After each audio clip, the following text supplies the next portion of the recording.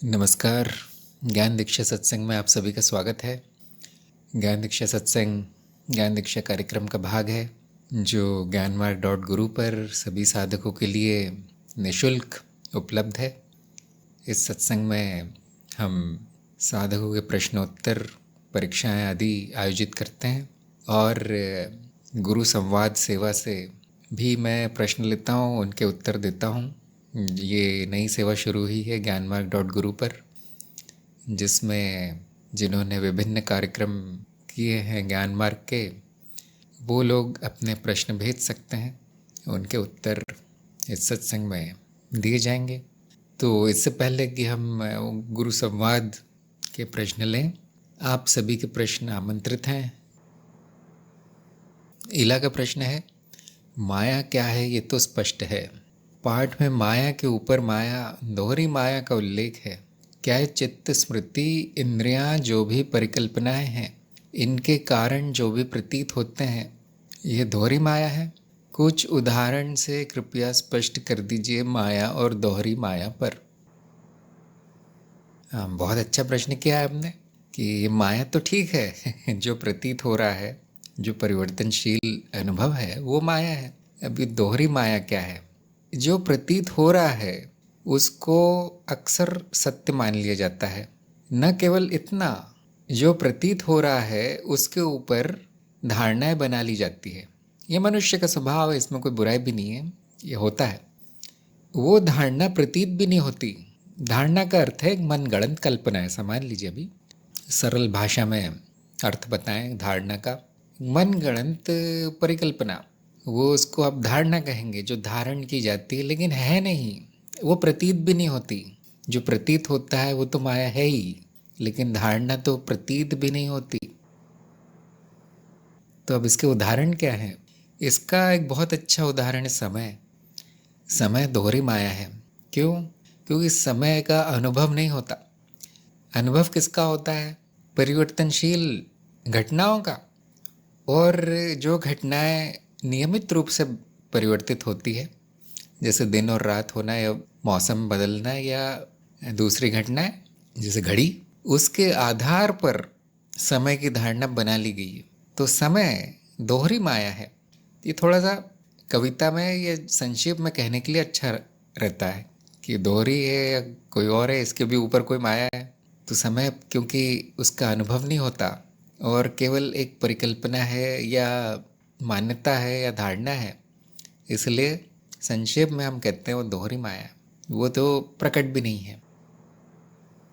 एक दूसरा उदाहरण है व्यक्ति। व्यक्ति दोहरी माया है और अक्सर हम ये दोहरी माया ये शब्द भी हटा देते हैं। हम बोलते हैं अब तो ये माया ही है, मिथ्या है पूरी तरह से। कैसे दोहरी माया व्यक्ति? क्योंकि व्यक्ति नाम की किसी चीज़ का अनुभव नहीं होता। अप्रोक्ष अनुभव किसका होता है? हमें मनोशरीर यंत्र का और उसमें चलने वाली प्रक्रियाओं का। व्यक्ति नाम की कोई चीज़ नहीं दिखाई देगी। जब भी अब किसी से पूछेंगे ये व्यक्ति क्या होता है, दिखाइए, तो वो इशारा कहाँ करेगा? किसी मनोशरीर की तरफ। तो ये व्यक्ति क्या है फिर? कैसे देखें व्यक्ति को? वो कभी नहीं दिखेगा, क्योंकि मनोशरीर पर आधारित वो एक धारणा है। सभी मनोशरीर अपने आप में अद्वितीय है, मतलब एक जैसा नहीं मिलता है, सब अलग अलग हैं। तो सबकी अभिव्यक्ति अलग अलग है। सभी मनोशरीरों में जो अभिव्यक्ति हुई है, मनोशरीर क्या है? वो परिवर्तनशील माया है, लेकिन वो अलग अलग तरीके से अभिव्यक्ति हुई है। कोई बहुत अच्छा है, कोई बहुत बुरा है, कोई बहुत सुंदर है, कोई कुरूप है, कोई विद्वान है, कोई सामान्य है। तो जो अभिव्यक्ति हुई है उसको हम कहते हैं व्यक्ति। और हर व्यक्ति का व्यक्तित्व है, जो कि उसकी गति को देखकर कहा जाता है कि ये व्यक्ति ऐसा है, वो व्यक्ति वैसा है। इशारा हमेशा मनोशरीर यंत्र की तरफ होता है, जो प्रकट है, जो सच में प्रकट है। मनोशरीर यंत्र धारणा नहीं है, मनोशरीर यंत्र तो वो माया है। परंतु व्यक्ति धारणा है जो मनोशरीर पर आरोपित है और वो प्रकट नहीं है। तो इस तरह व्यक्ति दोहरी माया है। जो मनुशरीर यंत्र करता है, जैसा उसका बर्ताव है, जैसा उसका व्यवहार है, जैसा उसका स्वभाव है, उसके आधार पे व्यक्तित्व आरोपित हो गया है उस पर। है नहीं ऐसा कुछ।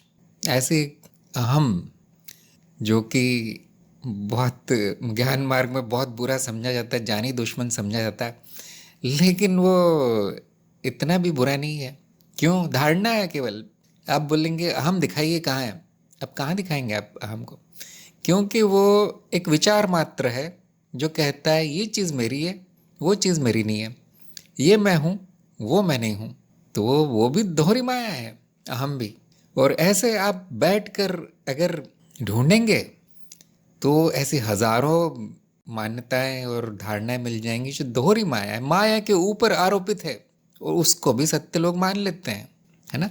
बहुत से लोग कहेंगे व्यक्ति सत्य है, अहम सत्य है, समय तो पूरी तरह सत्य है, नहीं तो मैं 8 बजे सत्संग में कैसे आऊं? ये लोगों का तर्क होता है।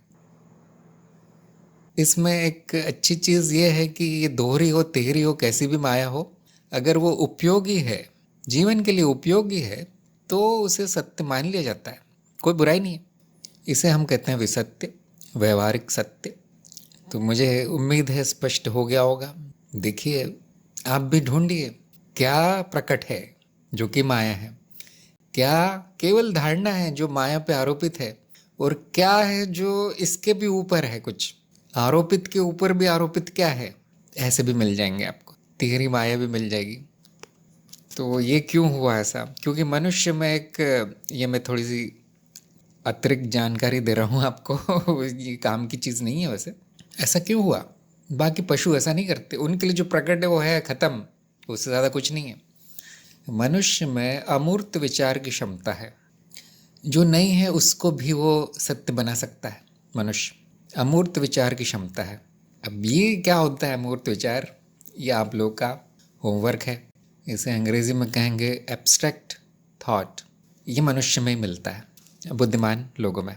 इसी योग्यता के कारण मनुष्य स्वयं इन धारणाओं का निर्माण करता है, दोहरी माया का निर्माण करता है, उसको सच मान लिया जाता है। ये बड़ी अजीब बात है कि वो सच है, ऐसा मान लिया जाता है।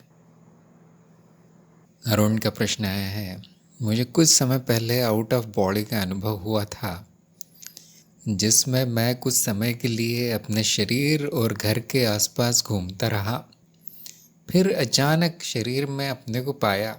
पूछना है ये है कि क्या मृत्यु का अनुभव ऐसा ही है? जो जीवित है वो कभी नहीं बता पाएगा कि मृत्यु का अनुभव कैसा है। तो आपने गलत व्यक्ति से पूछ लिया। देखिए, मैं जीवित हूँ, जब तक मृत्यु नहीं होगी मैं बता नहीं पाऊँगा कि वो अनुभव कैसा है। और समस्या क्या है कि मृत्यु हो जाती है तो बताने वाला ही नहीं रहता। तो मृत्यु बहुत बड़ा रहस्य है, जब होगी तो अनुभव हो जाएगा। इससे भी बड़ी समस्या ये है कि अनुभव है भी या नहीं मृत्यु के बाद। आपके प्रश्न में एक मान्यता है कि अनुभव होगा, लेकिन ये मान्यता मात्र है। आप नहीं जानते कि अनुभव होगा भी या नहीं, कोई या कुछ होगा तो उसकी स्मृति होगी भी या नहीं। आप तो ये नहीं जानते, न मैं जानता हूँ। इसमें बहुत सारी मान्यताएं हैं आपके प्रश्न में। आपने मान लिया है कि मृत्यु के बाद कुछ अनुभव होगा और वो आपको होगा। दूसरी कि जो जीवित है व्यक्ति वो बता देगा कि ये मृत्यु के बाद का अनुभव कैसा होता है, क्या शरीर और घर के आसपास व्यक्ति घूमता है ये मान्यता आपके मन में कैसे आई? इस पे प्रश्न चिन्ह लगाइए। सभी अनुभव व्यक्तिनिष्ठ है, इसलिए जब वो होता है अनुभव तभी जाना जाता है। अब प्रश्न में तीसरी गलती ये है कि आप में मान्यता है कि कोई मुझे बताएगा तो सच ही होगा। क्या ये बात सही है? किसी और पे की बात पे विश्वास कर लेना, जो कि जीवित है, मरा भी नहीं अभी तक, अनुभव तो दूर की बात है, क्या उसकी बात पे विश्वास कर लेना उचित है? क्या मेरे कहने से वो बिल्कुल वैसा ही अनुभव हो जाएगा आपको या किसी और को, अगर मैं कोई अनुभव बता दूं तो देखिए कितना ज़्यादा अज्ञान है। अपनी मान्यताओं पे प्रश्न चिन्ह लगाइए। एक दो बातें बताई जा सकती है मृत्यु के बारे में। पहली चीज़ कि वो पूरी तरह माया है, मेरी मृत्यु नहीं होती। अनुभव क्या होगा मृत्यु के बाद ये पूछना ही बेकार है फिर, जब वो होती ही नहीं है। तो ये जानना संभव है, इसका प्रमाण संभव है अभी कि मेरी मृत्यु नहीं होती।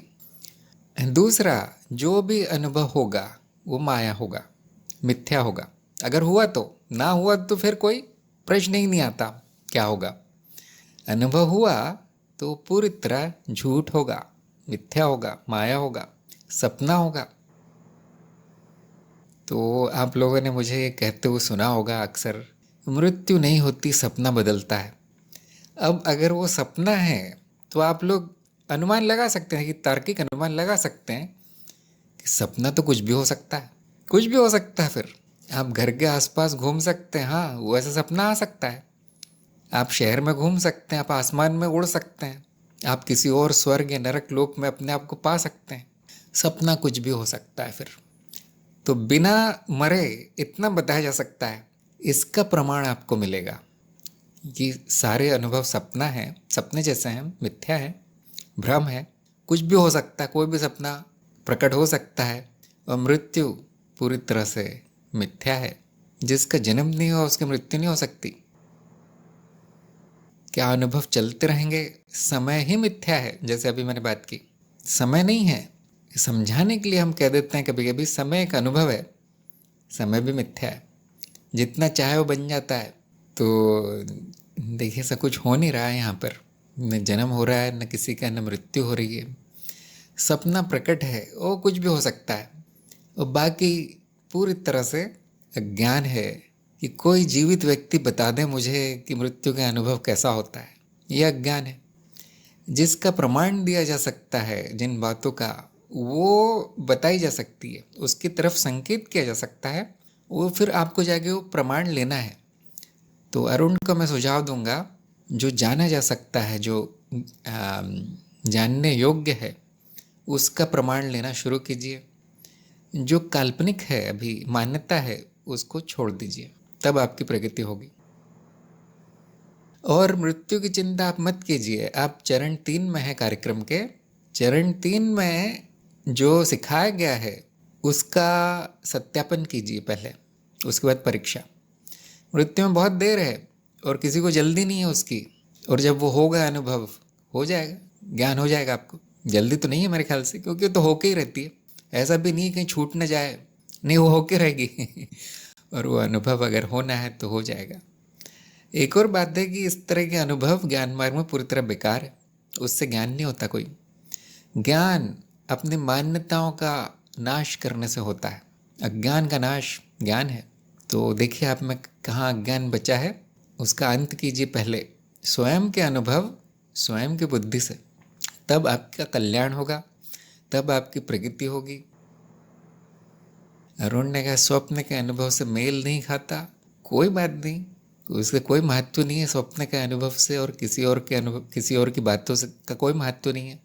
अरुण ने कहा ये तब की बात है जब मैं ध्यान किया करता था, कोई बात नहीं, ज्ञान मार्ग में कोई ध्यान नहीं है अगर आपने ज्ञान मार्ग पकड़ लिया है तो वो भी बेकार है अब।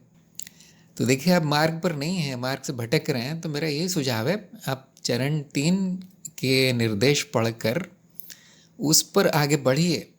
अगर आपको नहीं करना है वो सब, हमारा कार्यक्रम और ज्ञान मार्ग कोई रुचि नहीं बची, तो वो छोड़ देना ही अच्छा है। क्योंकि यहाँ कोई नहीं बता पाएगा कि मृत्यु का अनुभव कैसा है और ध्यान का क्या, ध्यान के समय क्या होता है, कोई नहीं बता पाएगा यहाँ पर। ये कार्यक्रम पूरी तरह से मूल ज्ञान के लिए, मूल ज्ञान पर केंद्रित है। बाकी चीज़ों का कोई महत्व नहीं है यहाँ। तो मैं देखिए कोशिश करता हूँ साधकों को मार्ग पे रखने की, लेकिन अगर वो इस तरह से भटकते रहे तो उनको हटा दिया जाता है। ईला का प्रश्न है, अनुभव निरंतर है, बस घटना के कारण बहुत सारे अनुभव होने का प्रतीत होता है, यह स्पष्ट है। तो जो ये भिन्न भिन्न इंद्रियों के कारण जो अनुभव के प्रकार हैं, इसका क्या अर्थ है? कृपया उदाहरण से स्पष्ट कर सकते हैं? जो अनुभव के प्रकार का मतलब अच्छी तरह से समझ नहीं आ रहे। सभी अनुभव मानसिक ही है या अनुभव के प्रकार? तो जब आप अनुभव का अध्ययन शुरू करते हैं, शुरू करते समय आपका ध्यान आकर्षित किया जाता है जो रोज का अप्रोक्ष अनुभव है उसकी तरफ, कि उसका अर्थ क्या है अनुभव का। तो ये अनुभव के प्रकार वो समझने में बड़ा आसान बना देता है कि बात किसकी हो रही है। तो हम 3 प्रकार बताते हैं। जगत, शरीर और मन। ध्यान दीजिए, अनुभव निरंतर है जैसा कि आपने लिखा है, और घटनाओं को ऐच्छिक रूप से अनुभव की सीमा मान लिया जाता है कि ये घटना यहाँ तक है, वो घटना, लेकिन ऐसा कुछ है नहीं, कोई सीमा है नहीं, खंड है नहीं अनुभव में। तो ये बात शायद आपके स्पष्ट है। तो ये जो तीन तरह के अनुभव हो रहे हैं, आप देखेंगे ये तीनों तरह के अनुभव इंद्रियों से ही हो रहे हैं। इसका एक और वर्गीकरण किया जा सकता है फिर, जो आँखों से हो रहा है वो दृश्य, जो कानों से सुनाई दे रहा है वो आवाज़, ऐसे 5। फिर जो शरीर के आंतरिक अनुभव है, भूख लगना, प्यास लगना, थकावट, पीड़ा, उसकी उसके अनुरूप इंद्रियां हैं। फिर जो मन के अनुभव है, भावना, विचार, इच्छा, संवेदना, उनकी सूक्ष्म इंद्रियां हैं, मानसिक इंद्रियां हैं। और फिर पराभौतिक। ये सभी अनुभव इंद्रियों से हो रहे हैं, और इंद्रियों के अनुसार उनका वर्गीकरण किया जा सकता है समझाने के लिए कि देखिए ये चीज़ होती है अनुभव। अभी इंद्रियों का परिणाम क्या है, इंद्रियों से मिलता क्या है? जो इंद्रियों से मिलता है उसे हम कहते हैं तन्मात्रा, जो कि सबसे छोटा अनुभव है। देखिए, तन्मात्रा का अर्थ है कि इससे छोटी मात्रा नहीं हो सकती। तनु मात्रा छोटी इससे नहीं हो सकती, कम से कम। अंत में चाहे वो जगत का हो, चाहे शरीर का, चाहे मन का, चाहे इस इंद्र से मिल रहा हो, चाहे उस इंद्र से मिल रहा हो, अंत में चित्त में जाकर वो तन्मात्रा ही हो जाता है, एक ही प्रकार का अनुभव होता है। तो उसको आप विभाजित कर सकते हैं अनुभव को, उसमें कोई बुराई नहीं है। जागृति का अनुभव, स्वप्न का अनुभव, सूक्ष्म का अनुभव, मृत्यु का अनुभव, ये क्या है? ये चित्त की अवस्था के आधार पे बांटे गए हैं, चित्त की अवस्था के आधार पे वर्गीकरण है। अच्छा अनुभव, बुरा अनुभव, ये मनुष्य के बना हुआ वर्गीकरण है, ऐसा कुछ है नहीं। अंत में सभी अनुभव तन्मात्राओं के और प्रकार केवल समझने के लिए है, क्योंकि हमारी बुद्धि बांट कर अच्छा समझती है। विभाजित जब कर लेती है किसी चीज़ को, कोई जटिल घटना हो रही है तो उसको जब छोटे छोटे भागों में विभाजित कर लेती है तो वो समझ में अच्छे आते हैं। सभी अनुभव अंत में तन्मात्राओं के हैं और इसलिए मानसिक हैं, पूरी तरह व्यक्तिनिष्ठ हैं। पवन ने कहा है, जब साधक की सभी अज्ञान का नाश हो जाए तो साधक को क्या करना चाहिए? क्या साधक को प्रश्न पूछते रहना चाहिए अधिक ज्ञान के लिए? अरे बेटा, जब अज्ञान का नाश हो जाए तो साधक ये कहेगा कोई करने वाला नहीं है। क्या बात सच है? जब अज्ञान का नाश हो जाता है तो कर्ता का नाश होता है, कोई करने वाला बचता नहीं है। अब ये प्रश्न कहाँ से आएगा कि क्या करना चाहिए? साधक ही नहीं बचता, न साधना बचती है। अज्ञान का नाश होने के बाद न साधक बचता है, न साधना बचती है, न कर्ता बचता है, न कुछ और बचता है, न कर्म बचता है। अब आप क्या पूछ रहे हैं कि क्या करना चाहिए? तो अपने अज्ञान को देखिए। पवन को मैं सुझाव दूंगा, आप में अज्ञान बचा है ऐसा लग रहा है, नहीं तो प्रश्न नहीं आता। नहीं तो आपका ज्ञान बोल देता करता तो है नहीं। सब होता है, ऐसा प्रतीत होता है कि कुछ हो रहा है, किसी के माध्यम से हो रहा है, उसको कर्ता मान लिया जाता है। वह पूरी तरह अज्ञान में हो रहा है, पूरी तरह माया है, उस सच मान लिया जाता है। जैसे कि मैंने बताया, जो उपयोगी है उसको सच मान लिया जाता है, ऐसा कुछ है नहीं। तो जब अज्ञान का नाश हो जाए तो प्रश्न ही समाप्त हो जाता है, क्या करना चाहिए? जो हो रहा है वो होता रहेगा, ये मत पूछो, क्योंकि साधक ही नहीं है। तो इसका एक और साधारण उत्तर आ सकता है, जो इतना जटिल नहीं है। वो है कि साधक को साधना करते रहना चाहिए, साधना करते रहना चाहिए। शायद ये समझ में आ जाता है लोगों के। मैं कहता हूँ करता नहीं, कुछ मत करो, वो नहीं समझ में आता कभी किसी के, कितना भी ज्ञान हो जाए उनको, कोई बात नहीं। लेकिन ये तो समझ में आता होगा कि साधना करते रहना चाहिए, ज्ञान को भूलना नहीं है, यही साधना है आपकी। निधिध्यासन, स्मरण, साधना करते रहना चाहिए अज्ञान का नाश होने के बाद। प्रश्न तभी पूछना है जब अज्ञान बचा है। ज्ञान, उसको हम उस अवस्था को कहेंगे जहाँ प्रश्न ही नहीं बचता। ज्ञान उस अवस्था का नाम नहीं है कि जहाँ सारे उत्तर आ गए, नहीं, वो कोई बेकार की अवस्था है। ज्ञान उस अवस्था का नाम है जहाँ कोई कोई उत्तर नहीं बचा, नहीं चाहिए अब, न कोई प्रश्न बचा। क्या ऐसा है? क्या आपके प्रश्न बच गए हैं और अधिक ज्ञान चाहिए आपको? क्या अंतिम ज्ञान, अंतिम अज्ञेयता तक नहीं पहुँचे तो फिर अज्ञान बचा है। अब आपको कुछ और नहीं करना है, अब आपके अज्ञान के पीछे पड़ जाना है कि मुझ में अज्ञान कैसे बच गया। कार्यक्रम भी हो गया, सब सुन लिया, सत्यापन भी हो गया, अभी भी कर्ता बचा है, अभी भी अधिक ज्ञान प्रश्नों से के उत्तरों से मिलने की उम्मीद बची है। क्या ऐसा होता है कि किसी प्रश्न का उत्तर है इस अस्तित्व में? क्या अधिक ज्ञान नाम की कोई चीज़ है? ये सब जानने का प्रयास कीजिए। अभी आप में बहुत अज्ञान बचा है, ये प्रश्न दिखा रहा है। तो मैं ये नहीं कहता कि प्रश्न नहीं पूछना है आपको, सत्संग में आप पूछिए, तभी तो आप अपना अज्ञान प्रकट कर पाएंगे। जब मैं देखूंगा कि हाँ अभी यहाँ ये कमी बची है इस साधक में, तो मैं बताऊंगा कि ये अज्ञान बचा है, इसको ठीक कर लो। क्योंकि आप लोग एकदम नए नए हैं, तो एकदम से पंडित होके तो नहीं निकलेंगे आप चरण 2 के बाद, है ना? आप में अज्ञान बचा रहेगा और ज़रा सी माया घुमाएगी, उस सारा ज्ञान गायब हो जाएगा। 2 मिनट, माया के लिए 2 मिनट काफ़ी है। ऐसी परीक्षा लेती है जिसको हम ज्ञान समझ के पकड़ के बैठे हैं, हवा हो जाता है माया के सामने। तो अभी समय है ना अभी बहुत समय है, आप लोग नए नए हैं, जैसे ही प्रश्न आए पूछ लीजिए, लेकिन आपको कुछ और नहीं मिलेगा। आपका अज्ञान कहाँ है बता देंगे, उससे ज़्यादा नहीं हो सकता कुछ। मधुकर ने पूछा है, अनुभव और अनुभव करता दोनों साथ ही हैं। अनुभव है तो अनुभव करता है, अनुभव करता है तो अनुभव है। इसका मतलब व्यक्ति है तो अनुभव है, ज्ञान है, विकास है, बाकी नहीं। आपने तो एकदम ऐसे छलांग मारी अनुभव करता से व्यक्ति में, ऐसे कैसे हो ऐसे कैसे हो गया? तो जैसा कि मैंने अभी बताया, व्यक्ति तो दोहरी माया है। तो व्यक्ति स्वयं आप मान सकते हैं थोड़ी देर के लिए, ये मनोशरीर व्यक्ति है, मान लीजिए, ऐसा कोई बुराई नहीं है उसमें, लेकिन ये मनोशरीर स्वयं अनुभव है। तो व्यक्ति की जगह आप मनोशरीर लिख सकते हैं और मनोशरीर की जगह अनुभव लिख सकते हैं।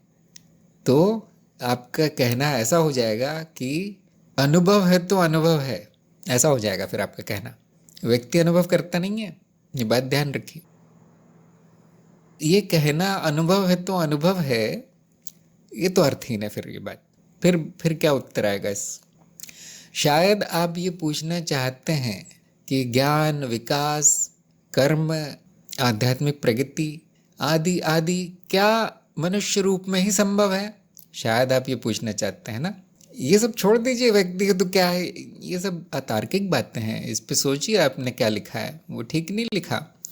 शायद आप ये पूछना चाहते हैं कि ज्ञान तब होगा जब मनुष्य रूप है, विकास तब होगा जब मनुष्य योनि है, प्रगति, सिद्धियाँ, ये सब अध्यात्म में होता है ना, यही सब होता है। हाँ, इसका उत्तर हाँ है। और अब आपको अनुभव और अनुभव करता लाने की ज़रूरत नहीं है यहाँ पर, वो बहुत ऊंचे स्तर की बात हो गई। न केवल मनुष्य में, मनुष्य जैसे जीवों में ये संभव है। मनुष्य जैसे जीव कौन? जिनमें बुद्धि और स्वचेतना है। ऐसा जीव जो बुद्धिमान है और स्वयं मैं हूँ ये जानता है, भले वो नहीं जानता कि मैं क्या हूँ, तत्व तो नहीं जानता, लेकिन मेरा अस्तित्व है, मैं हूँ, मेरा होना है, इतना जानता है। तो ऐसे सभी जीवों में ज्ञान, संवेदना, विकास, सिद्धि, कर्म, शुद्धि, प्रगति संभव है, बाकियों में नहीं। बाकियों में नहीं, बाकियों का जीवन पूरी तरह यांत्रिक, प्राकृतिक है। तो मुझे उम्मीद है मधुकर को उत्तर मिल गया होगा। यदि आप कुछ और पूछना चाहते हैं तो पूछिए, उसमें ये सब नहीं लाना है, अनुभव करता और ये सब व्यक्ति। कृष्ण प्रिया ने लिखा है, सभी वृत्तियों में लिप्त होकर निर्लिप्तता का एहसास होता है। जो जीवन यापन कर रहा है उससे न्यूनतावादी हो जाना जो आवश्यक है वो स्वतः ही हो जाएगा और सभी मान्यताओं का विनाश हो गया। ये प्रगति की निशानी है या आलस्यता की? हाँ, ये आपको निर्णय लेना है। प्रगति की निशानी क्या है? प्रगति के चिन्ह सुख, शांति, आनंद, मौन, आध्यात्मिक प्रगति, और भी बहुत से हैं जो कि प्रगति वाले लेख में लिखा है। ज्ञानाक्षर में प्रगति का लेख है, प्रगति के चिन्ह। अब प्रश्न आता है कहीं आलस तो नहीं है, अनावश्यक त्याग और ये सब। आलस्य की निशानी है दुख अवसाद मतलब डिप्रेशन, कोई काम नहीं होगा, बुद्धि का नाश, मानसिक अशांति कि ये तो हो नहीं रहा, पता नहीं अब क्या होगा, मैंने तो किया नहीं, चिंता, ये आलस की निशानी है। और भी बहुत कुछ है, डर लगना कि मैं तो न्यूनतावादी हो गया, अब आधे काम हो ही नहीं रहे मेरे, अब क्या होगा, मेरी नौकरी छूट जाएगी क्योंकि न्यूनतम काम कर रहा हूँ मैं वहाँ। तो ये आलस है और आपको स्वयं निर्णय लेना है। देखिए, प्रकृति के चिन्ह बड़े सकारात्मक हैं, आलस्य के चिन्ह अज्ञानी से भी बुरी चीज़ है, अज्ञान होने से भी बुरी चीज़ है। और आप निर्णय लीजिए। ऐसा व्यक्ति देखने में बहुत कम मिलेगा जिसको आलस में आनंद है, जो मौन इसीलिए क्योंकि वो आलसी है। ऐसा ऐसा व्यक्ति शायद ही मिलेगा। अधिकतर आलसी व्यक्ति वो होते हैं जो लक्ष्यहीन, कर्महीन, बेकार सा जीवन जिनका चल रहा है, बुद्धिहीन, जिनका कोई काम नहीं है, जिनके पास कोई लक्ष्य नहीं है, हर चीज़ में असफल हैं, अवसाद से ग्रस्त हैं, दुखी हैं पूरी तरह से, वो लोग आलसी हो जाते हैं क्योंकि उनका शरीर और मन, उसकी ऊर्जा समाप्त हो जाती है। थोड़ा सा आलस सबको आता है, खाना खा लो तो हाँ सोना है थोड़ी देर, आलस। लेकिन आलस अगर बढ़ जाए तो मनोविकार है फिर। देखिए आपका, आपके मामले में क्या हो रहा है, स्वयं देखिए। आदित्य ने पूछा है, जीव की जो भी आसक्ति किसी अन्य जीव, वस्तु या घटनाओं से होती है, क्या वो संस्कार के कारण है या कारणहीन है? हाँ, संस्कार के कारण है, आपने सही पहचाना। कौन से संस्कार? जब भी ऐसी घटना होती है जिसमें सुख मिले, सुख का अनुभव हो, तो वहाँ संस्कार क्या पड़ता है मन में? अरे यहाँ तो सुख मिलता है, ये तो अच्छी चीज़ है। तो ये वस्तु घटनाओं दूसरे लोगों से हो सकता है ऐसा, ये बड़ा प्राकृतिक है। आपको, आप भूखे हैं, आपको कुछ खाने को मिल जाए तो वो चित्त स्वयं सुख का अनुभव निर्मित करता है और ये संस्कार बन के वहाँ पड़ जाता है। तो वो बहुत प्राकृतिक है कि उस जीव की उस खाने की चीज़ से आसक्ति हो जाएगी, क्योंकि उसके जीवन के लिए वो ज़रूरी है।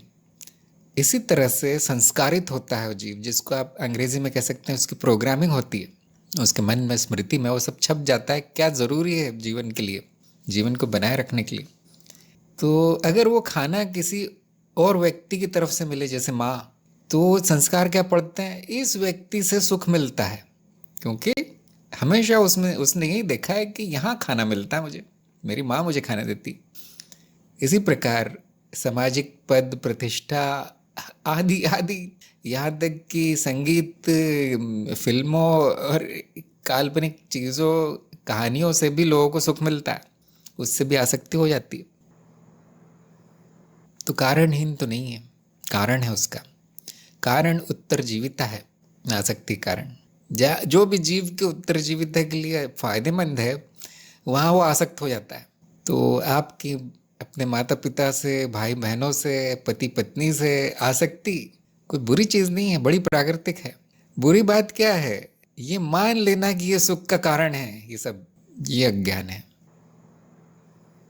शोभा ने पूछा है, कुछ करने वाला मैं नहीं हूँ, फिर भी भावना आ जाती है, अर्थात कर्ता भाव कैसे हटाए?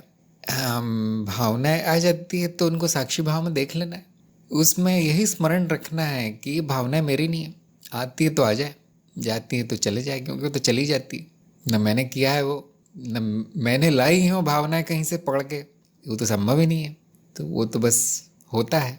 तो ये याद रखिए, मैं करता नहीं हूँ, मैं दृष्टा हूँ, इतना याद रखिए, स्मरण रखिए।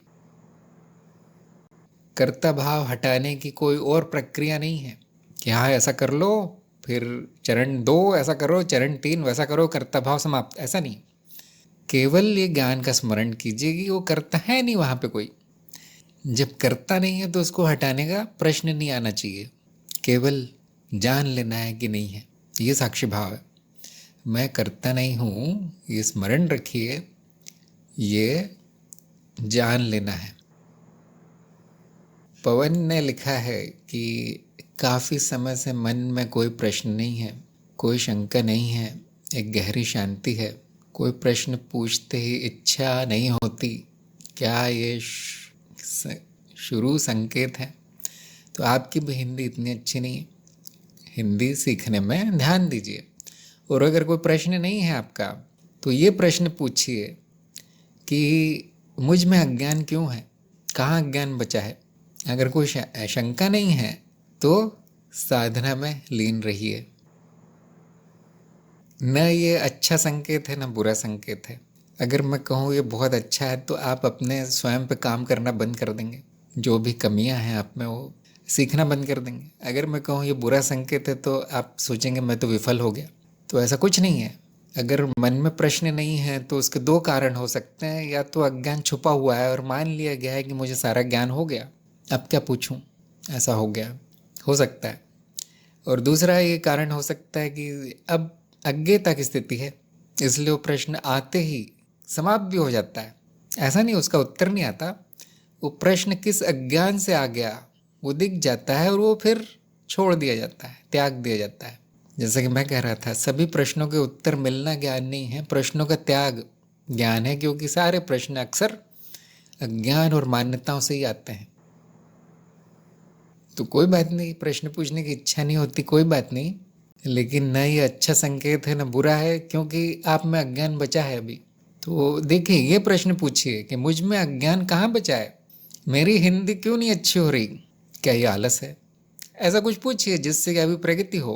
लेकिन मेरा तो यही काम है, सबको बताना है कहाँ पे कमी है, और आपका काम है उसको ठीक करते रहना। अगर मैं सबको बता दूँ आप बहुत अच्छे चल रहा है, बहुत शुभ संकेत है ये तो वो सब वैसे ही रह जाएगा, अज्ञान भी वैसे ही रह जाएगा। एक भ्रम ज़रूर आ जाएगा लोगों में कि अब मैं सब जान गया।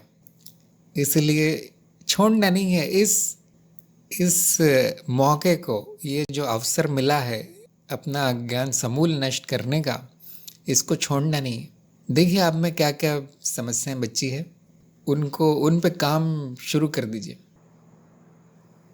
अदिति ने पूछा है, तो क्या संस्कार जन्म के पार जाता है या फिर ये घटनाक्रम का अंत तो असंभव है। हाँ, संस्कार का अर्थ ही है कि वो पराभौतिक परमानसिक स्मृति में जमा है। ध्यान दीजिए, ये नाद विज्ञान का क्षेत्र है, इसको सच नहीं मानना है, वैज्ञानिक धारणा है। संस्कार का अर्थ यही है कि वो हमेशा के लिए हो गया, हमेशा के लिए। यहाँ आप समय को सत्य मान सकते हैं। वो जिस स्मृति में छप गया है संस्कार, वो अनंत काल तक रहेगी। उस घटना का अंत नहीं होगा, वो असंभव है। हाँ, वो बदल सकता है, संस्कार बदल बदल के कुछ और रूपों में आ सकता है और अनंत जन्मों का कारण बनता है। संस्कारों के कारण ही जन्म है। जिस स्मृति में संस्कार छप जाते हैं उसको हम कहते हैं कारण स्मृति या कारण शरीर। ये नाद विज्ञान में सब बताया गया। तो हाँ, बिल्कुल सही बात है, अनंत काल तक चलते हैं वो और नए नए बनते जाते हैं। तो ये संस्कारों का पहाड़ बहुत बड़ा है, इसे हम कहते हैं कर्म संचय, कभी कभी कर्म संचय भी कहते हैं। तो अब क्या करूँ अब उसका कुछ करना बुद्धिमानी नहीं है, उसको वैसे ही रहने दो। ज्ञान क्या है कि ये सब मेरा नहीं है, न संस्कार मेरा न कर्म मेरा।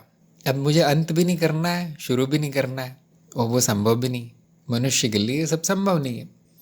मनुष्य के लिए क्या संभव है, अपना अज्ञान त्याग करके समर्पण में आना कि ये सब मेरा नहीं है। यही मुक्ति है, यही मोक्ष है, यही निर्वाण है। तो क्या आपने अपना अज्ञान त्याग दिया, इस बारे में सोचिए। या ये संस्कारों की चिंता बेकार की बात है। अरुण ने लिखा है, ये अनुभव स्वतः हो रहे हैं, क्या ये कोई समस्या है।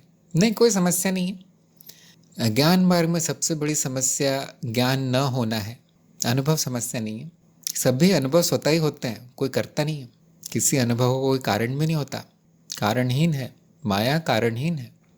तो समस्या क्या है, इनको महत्व देना, मिथ्या अनुभवों को बहुत ज़्यादा महत्व देना, सत्य को भूल जाना, ये समस्या है।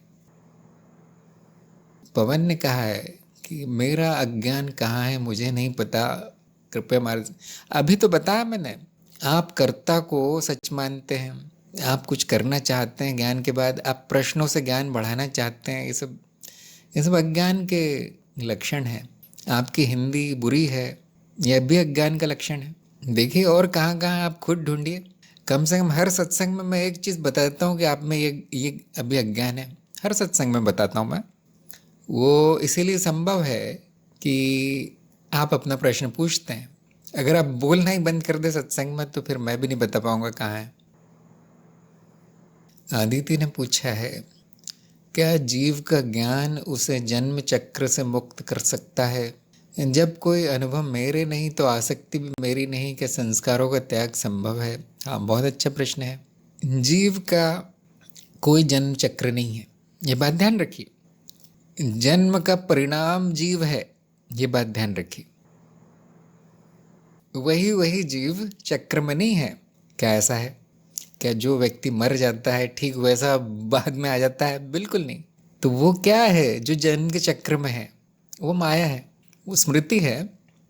जो संस्कार पड़े हैं ठीक वो प्रकट होते रहते हैं। इसका एक बहुत अच्छा उदाहरण है रिकॉर्ड या सीडी, जिसमें गाना भरा हुआ है, छपा हुआ है संस्कार की तरह।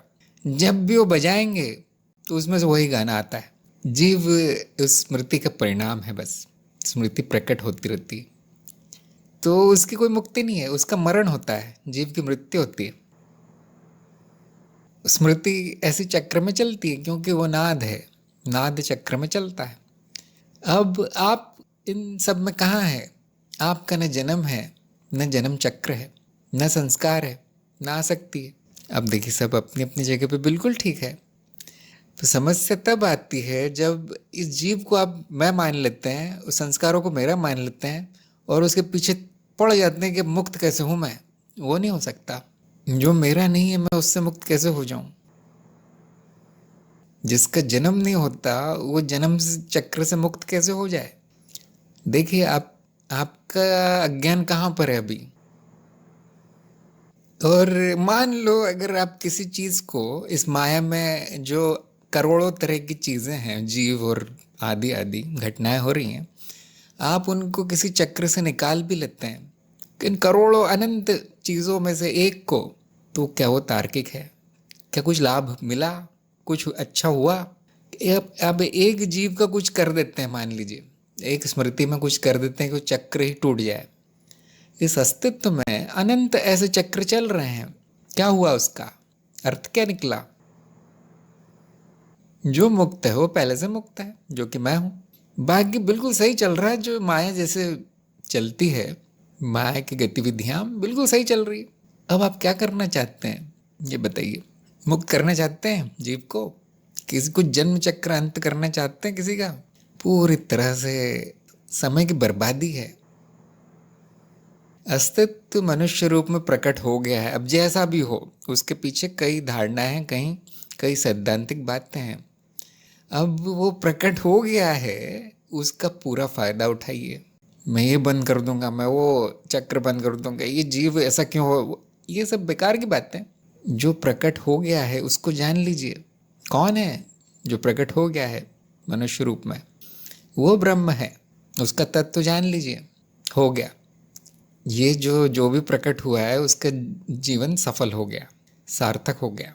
बाकी सब अज्ञान है, मान्यताएं हैं, एक तरह का आप कह सकते हैं विकार है इस जीव में कि वो इन सबको सच मानता है। अनुभव मेरे नहीं, ऐसा नहीं कहना चाहिए। अनुभव मुझे होते हैं, ऐसा कह सकते हैं आप। तो आसक्ति आपकी नहीं है। हाँ, आसक्ति बस संस्कार का परिणाम है।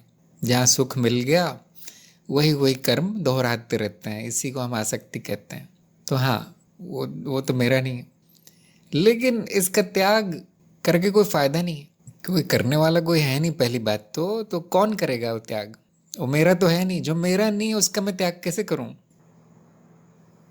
मैं आपको अगर कहता हूं कि अदिति 1 करोड़ रुपए फेंक दो बाहर, वो कचरा है, आप कहेंगे मेरे पास तो नहीं है वो मेरे तो नहीं है, मैं कैसे त्याग करूं? तो आप यही पूछ रहे हैं शायद कि आसक्ति मेरी नहीं है, संस्कार भी मेरे नहीं है, तो इसका त्याग संभव है? देखिए वो आप पहले से ही आपके नहीं है, अब आप कैसे त्यागेंगे? इस बारे में सोचिए। तो आपके मन में भी खिचड़ी बन गई, देखिए मैगी नूडल। ऐसा क्यों? ज्ञान बड़ा सीधा सरल है कि ये सब मैं नहीं हूँ, ये सब अस्तित्व में होता रहता है, जो भी होता रहे। ऊपर से माया है, बदलता हुआ सपना है, अनित्य, कोई नहीं जानता है क्या है, ना कोई कुछ कर पाएगा इसके लिए। मनुष्य तो बिल्कुल नहीं, वो तो माया का परिणाम है, माया का निर्माण है। वो क्या कर पाएगा? एक आध घटना बदल भी दी, अनंत घटनाएं चल रही हैं, वो भी तो मैं नहीं हूँ। जैसे आपने जिन संस्कारों को अपना मान लिया कि मैं मेरा है इसलिए मैं त्याग कर देती हूँ, वैसे अनंत संस्कार हैं जो आते रहेंगे जाते रहेंगे इस अस्तित्व में, इस ब्रह्म में। किस किस का त्याग करेंगे आप? संस्कारों का त्याग कैसे होता है ये जानकर कि कुछ भी मेरा नहीं है। उसमें से कुछ संस्कार ऐसे हो सकते हैं जो जीव के दुख का कारण बन जाए।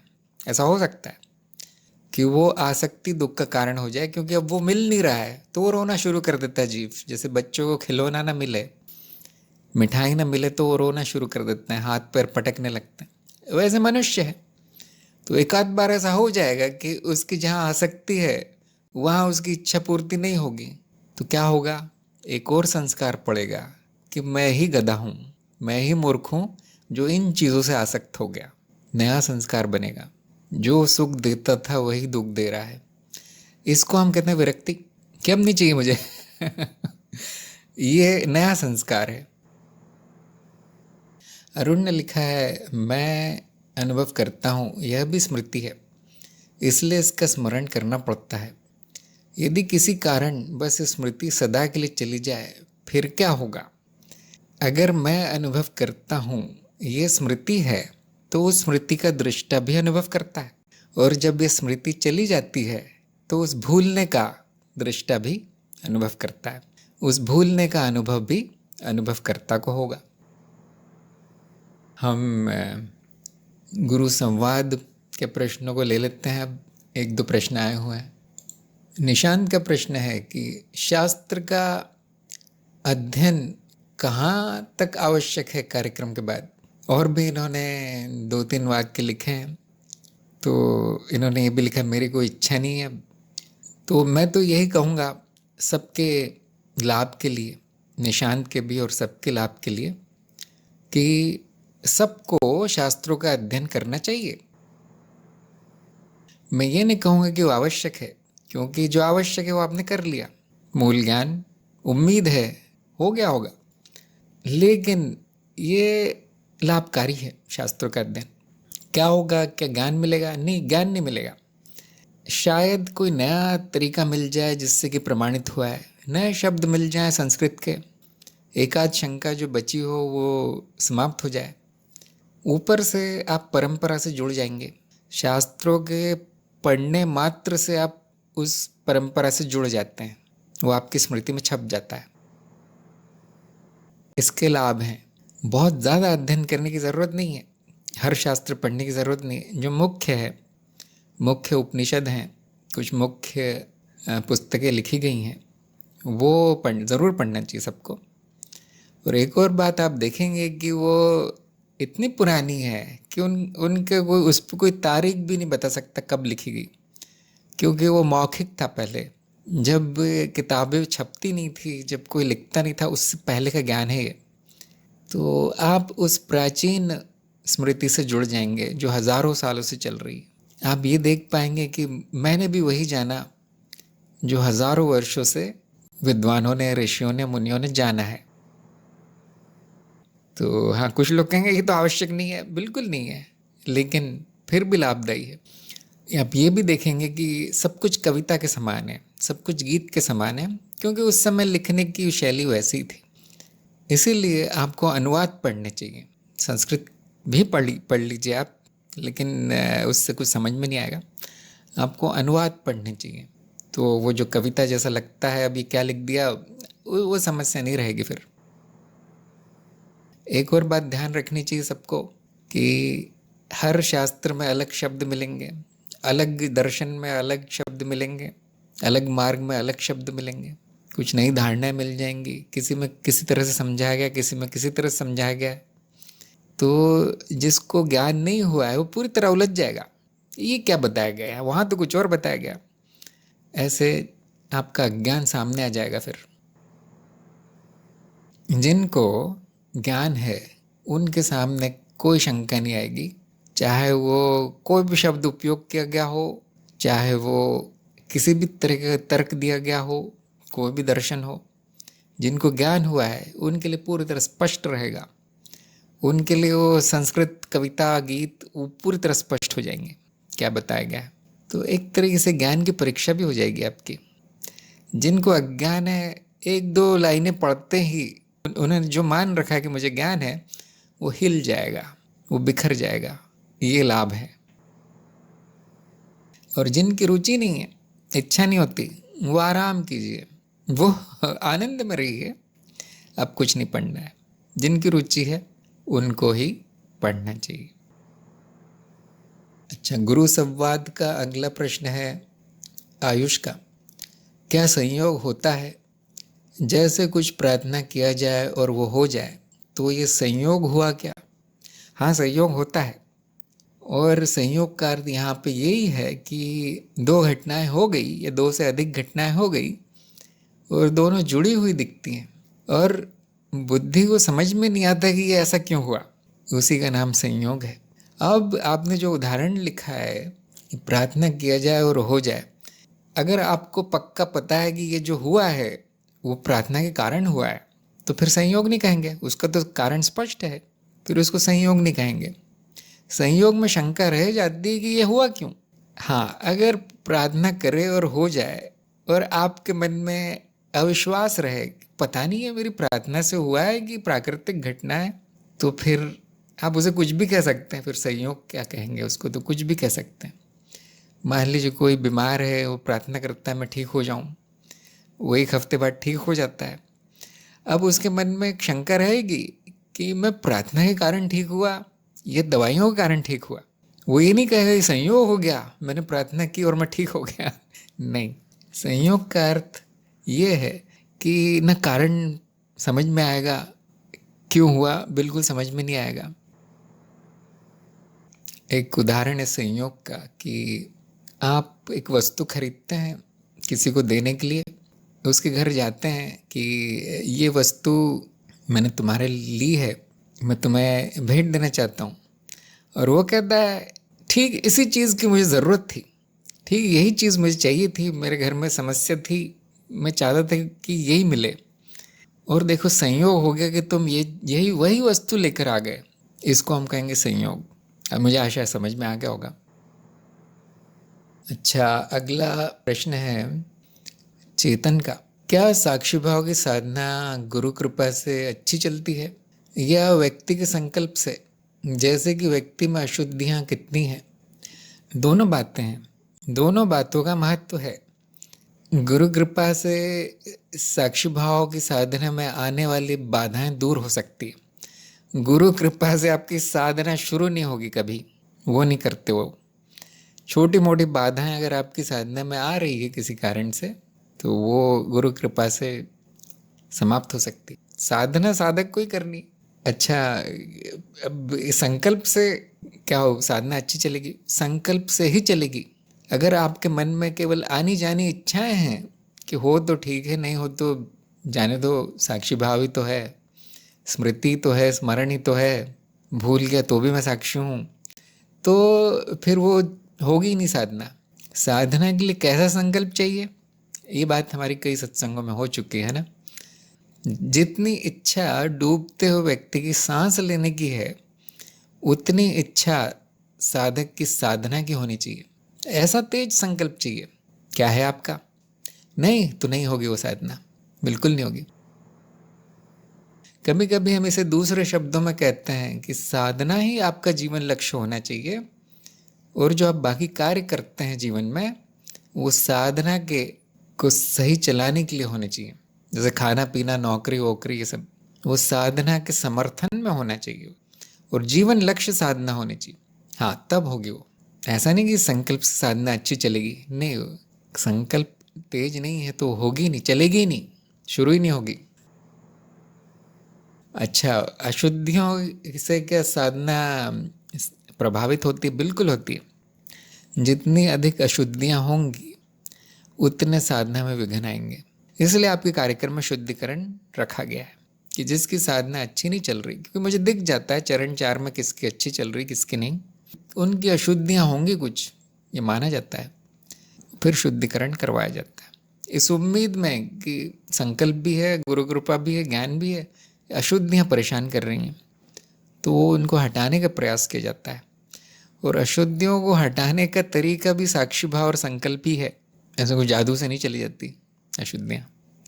तो पहले गुरु कृपा हाँ ज़रूरी है, संकल्प अति आवश्यक है, अशुद्धियों का अंत आवश्यक है, उसके बाद कोई साधना हो सकती है।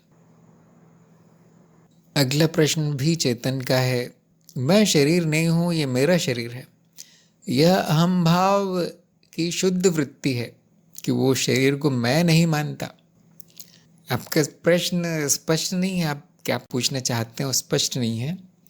शायद आप ये पूछना चाहते हैं कि शरीर मैं नहीं हूँ, ये तो अहम भाव है, ठीक है, लेकिन अगर वो अहम कहता है कि मैं तो नहीं हूँ ये, लेकिन ये मेरा है, तो क्या ये ठीक है? मैं तो नहीं मानता शरीर कि मैं हूँ, लेकिन हाँ मेरा है। तो मैं आपको बताना चाहता हूँ कि ज्ञान मार्ग के हिसाब से ये भी ठीक नहीं है। व्यवहारिकता में चल जाएगा, लेकिन फिर शरीर मैं हूँ ये मान लेना भी चल जाएगा व्यवहारिकता में। जैसे आप रोज का जीवन जीतते हैं, स्वयं को शरीर मानकर ही जीतते हैं, अनुभव करता मानकर जीवन जीना संभव ही नहीं है। इस जीव का जीवन मनो शरीर से ही चलता है। हाँ, अगर ज्ञान हुआ है उसके बाद भी वो व्यक्ति कह रहा है कि ये मेरा शरीर है, अब बड़ी समस्या है। अब वो आधा अधूरा ज्ञान किस काम का? शायद आप यही पूछना चाहते होंगे, क्या मैं इसको मेरा कह लूँ? तो फिर आप दूसरी चीज़ों को भी मेरा कह सकते हैं, फिर संबंधियों को और वस्तुओं को। काम चलाने के लिए मैं और मेरा कह दिया जाता है, इतना ध्यान रखिए। वो सबका सब अहम वृत्ति है। आपने लिखा शुद्ध वृत्ति, अहम वृत्ति अशुद्धि मानी जाती है ज्ञान मार्ग में। हम कभी कभी बात करते हैं शुद्ध अहम की। शुद्ध अहम क्या है? जो विकारी नहीं हो गया है, जिसमें विकार नहीं आ गए, जो जैसे प्राकृतिक चलनी है वैसे चल रही है अहम की वृत्ति। और जिसको ज्ञान हो गया उसमें भी वो प्राकृतिक वृत्ति चलेगी, अब ज्ञान के प्रकाश में चलेगी। अब जब वो मनो शरीर ये कहता हुआ पाया जाएगा कि ये शरीर मैं हूँ या ये शरीर मेरा है, तो वो उसका भी ज्ञान हो जाएगा कि ये मैं नहीं कह रहा, या ज्ञान में नहीं कहा जा रहा, ये व्यवहारिकता में कहा जा रहा है, जीवन जीने के लिए उपयोगी इसलिए कहा जा रहा है। लेकिन हम उसे शुद्ध अहम नहीं कहते, वो अभी भी अहम ही है। हाँ, बस वो प्राकृतिक रूप से हो रहा है और ज्ञान के प्रकाश में हो रहा है।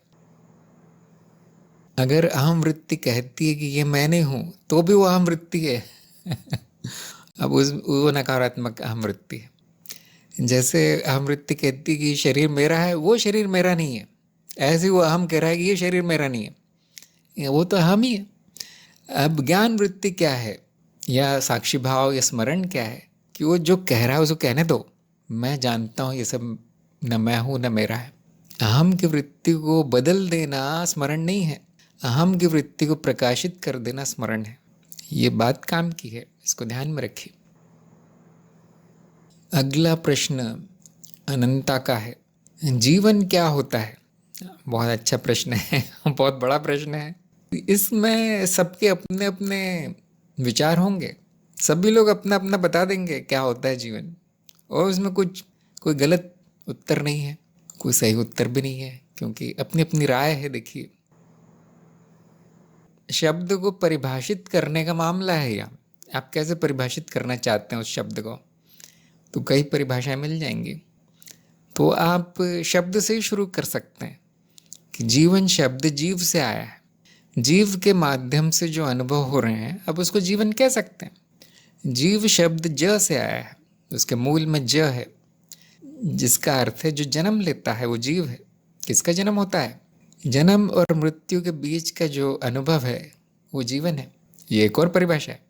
एक और परिभाषा है इसकी कि जो जीव के माध्यम से अनुभव होता है उसको हम कहते हैं जगत। यहाँ पे भी ज है, जो जन्मते ही साथ दिख जाए वो क्या है? जगत।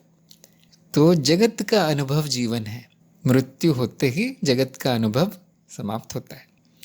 तो ये देखिए 3 परिभाषा हो गई, आपको जो पसंद है वो आप अपना लीजिए।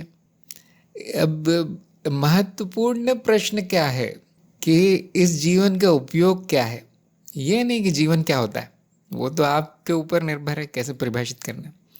इस जो जीवन का, जागृत अवस्था में होने वाले अनुभवों का उद्देश्य क्या है, इसका उपयोग क्या है, ये महत्वपूर्ण प्रश्न है। और आप लोग जानते होंगे, ज्ञान मार्ग के अनुसार जीवन का उद्देश्य स्वयं को जानना है और कुछ नहीं। तो वो जो भी हो जीवन, उद्देश्य ध्यान रखिए, अपना लक्ष्य ध्यान रखिए। मेरा लक्ष्य स्वयं को जानना और उस ज्ञान में स्थित रहना है, वो जीवन सफल कहा जाएगा। तो ये होगा एक गुरु संवाद के प्रश्नोत्तर। जो भी कार्यक्रम पूर्ण कर चुके हैं या कोई और कार्यक्रम कर चुके हैं ज्ञानमार्ग.गुरु के, वो गुरु संवाद की सेवा में से अपने प्रश्न भेज सकते हैं। ये सेवा क्यों शुरू की गई? क्योंकि इतने सारे प्रश्न आते हैं, इतने सारे संदेश आते हैं, ईमेल वगैरह आते हैं कि मुझे उनका उत्तर देना भी संभव नहीं हो जाता रहता कभी कभी। इसलिए सेवा शुरू की गई है ताकि जिनकी बहुत ज़रूरत है वो अपने प्रश्न पूछ सके। तो सभी लोग इस सेवा का लाभ लीजिए। अच्छा, एक और प्रश्न आया है अरुण का कि अनुभव क्रिया में अनुभव और अनुभवकर्ता दोनों एक ही है, अद्वैत है, वह अद्वैत मैं ही हूँ, फिर क्या फ़र्क पड़ता है किसी अनुभव को मैं कहूँ या मेरा? हाँ, अनुभव और अनुभवकर्ता एक ही है, लेकिन वहाँ पे मैं भी नहीं हूँ।